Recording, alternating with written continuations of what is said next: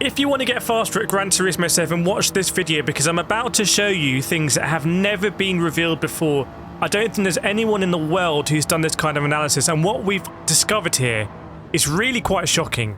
It's really quite shocking, and I'm going to show you, I'm just going to show it to you so you can see for yourself. Now, what makes it even more shocking is a lot of time we're talking about time trial. We're in time trial here, where Gran Turismo 7 presents you, the player, as the tyres being in a completely static state. Look at the tyre indicator in the bottom left. They're not going to have any wear. There's nothing going on. That is not true. That is false. With our modification and our telemetry, you can see on the top the tyre temperatures, and I'm going to show you how top drivers are able to exploit this to go faster. Now, if you're someone that struggles to keep up with the Ghost, this could be why. Now, look at my tyre temps here. We're in a race situation, but have a look at my tyre temperatures. We're about, 68 rear left. We're 66, I think, in the front right. So we're really in the blue here. We're not able to keep the heat in our tyres. Now, we're going to go back to this time trial sessions. This is dynamic, and this was a lap I actually did. That was an 8:16, I think. I think it was about top 80 in the world at the time, so it was a decent lap. But again, look at my tyre temps. 70 degrees on both the rear tyres, and we're just heating up the front tyres here, but they're also going to drop lower. Where can we keep that front left tyre? Now, the more heat on these hard tyres you can keep in, the faster you will go. Now, look at this Ghost, this Japanese driver. Look at his rear tyres. I was at 70, he's at 72. Look at his front left. He's at 72. Look how much more heat he's able to keep in these tyres, and more heat just equals more grip on this hard compound. This driver is able to have more grip. He can turn later, he can turn faster, carry more speed through the corners. Now, I tried a lot of different cars. We're going to go over here just to prove that, we were able to do a lap with the rear tyres there, 70 degrees. That's at least a couple of degrees slower, and yeah, top 74. So not bad, but this is where a lot of the time is. And I'm going to show you some more comparisons as we go through the video that are going to get even more and more apparent. We went in the Peugeot. Have a look how cold they are on the rear tyres, even colder on the rears. I'm always showing you that part of the track. Then we went in the Porsche. Again, the Porsche really cold on the rears as we go here. We're just not keeping any heat in them, and we're sort of sliding around. We just don't have the grip, and it all exacerbates.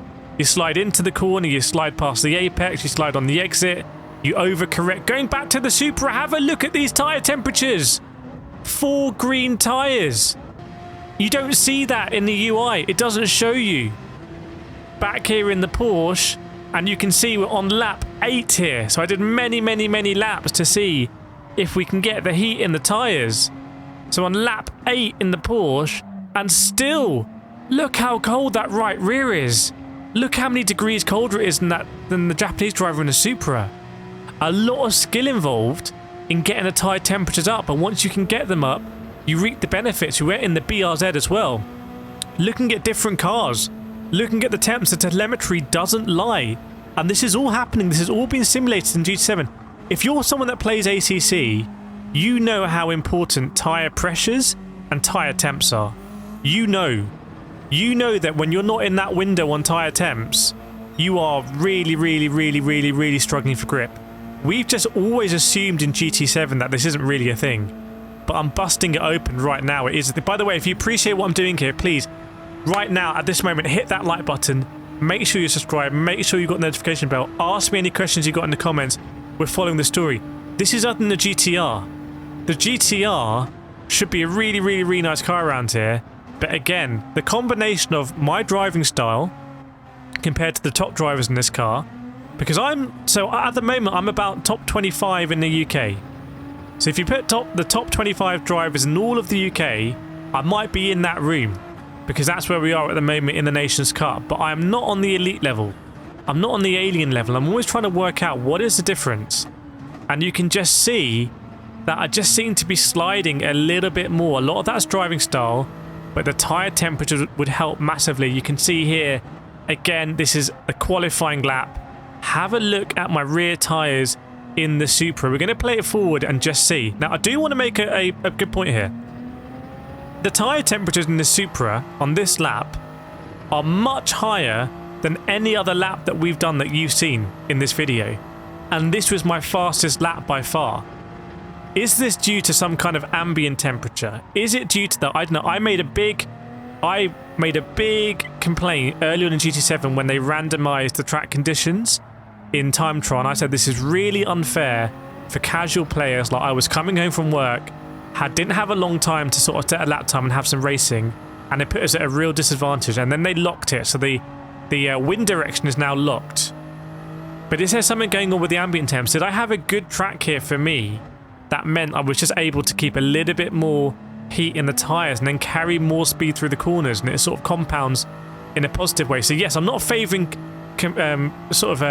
favourably to the Japanese driver in the Ghost here, but compared to my laps in the BRZ, compared to the Porsche, yeah, it was absolutely great. We're going to see here, as again we continue the lap, we've managed to get 72 degrees in that front left tyre, and we'll go forward some more.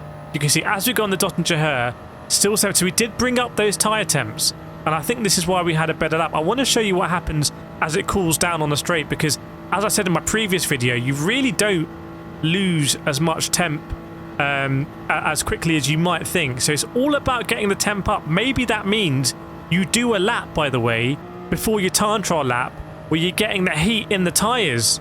Maybe that's it. We can see in the race here, we've got 72 degrees in the rear tyre in the race on lap 2. So again, there is tyre wear in the race situation, but we managed to get more heat in that rear tyre. Here we are in the Porsche on lap 1, and you can see again just how cold the rear tyres are. Now we're going to have a look at some of the fastest drivers in the world here. We're going to have a look at their ghosts and see what they're doing.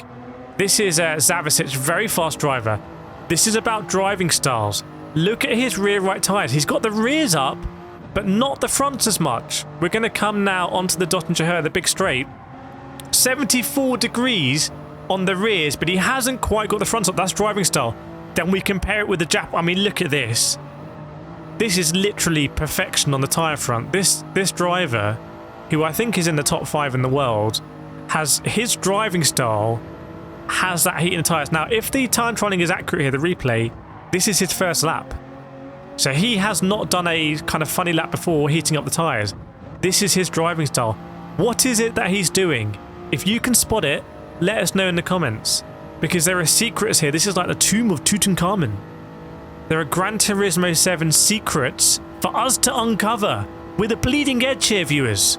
With a bleeding edge. Have a look as well, like the tyre just stays in there as well. So absolutely unbelievable. We're going to go back to, this is my fastest lap time. But again, the tyre temps laughably slow compared to the Japanese driver. What is he doing that I'm not doing? Maybe there's something counterintuitive going on. Maybe a little bit of sliding early on in the lap actually gives you the heat in the tyres, and then you can drive smoothly and neatly for the rest of the lap. But these are the secrets, everyone, of Gran Turismo 7. Now, I've got another video on the tyres here. If you're still curious, go and watch that video, because that video shows you what happens on the soft tyres and the medium tyres, and you're going to learn a lot more about it. I'll see you then.